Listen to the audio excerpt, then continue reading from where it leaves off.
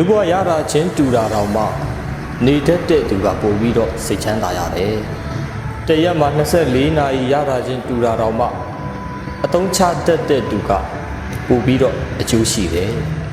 ဘဝမှာစိတ်ထားတတ်တဲ့သူကအစင်မပြေမှုတွေနဲ့ကြုံလဲစိတ်ချမ်းသာအောင်ထားတတ်တယ်စိတ်ချမ်းသာအောင်နေတတ်တယ်တကယ်တော့လူတိုင်းမှာအတွေးကိုယ်စီအပူကိုယ်စီတွေနဲ့ပါဒါပေမဲ့အဲ့ဒီအတွေးတွေကိုထိန်းနိုင်တဲ့သူအပူတွေကိုအေးအောင်ငြိမ်းနိုင်တဲ့သူက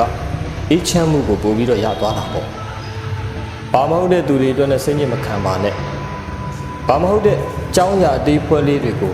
ခေါင်းထဲကိုထည့်မထားပါနဲ့အခုမဟုတ်ရင်တော့မှအချိန်တိုင်းတာတစ်ခုမှာတော့တောင်းလဲခြင်းပြောင်းလဲသွားမှာပါပြီးခဲ့သမျှကိစ္စတွေကိုဒီနေ့မှပဲခြံထားခဲ့ပါမနှက်ဖန်ထိတိမ်မသွားပါနဲ့သူ့ကြောင့်ငါကြောင့်လို့မတွေးပဲနဲ့ဖြစ်သမျှအကြောင်းအရာတွေဟာဖြစ်တဲ့လို့ဖြစ်တာပဲဖြစ်ချိန်တန်လို့ဖြစ်တာပဲ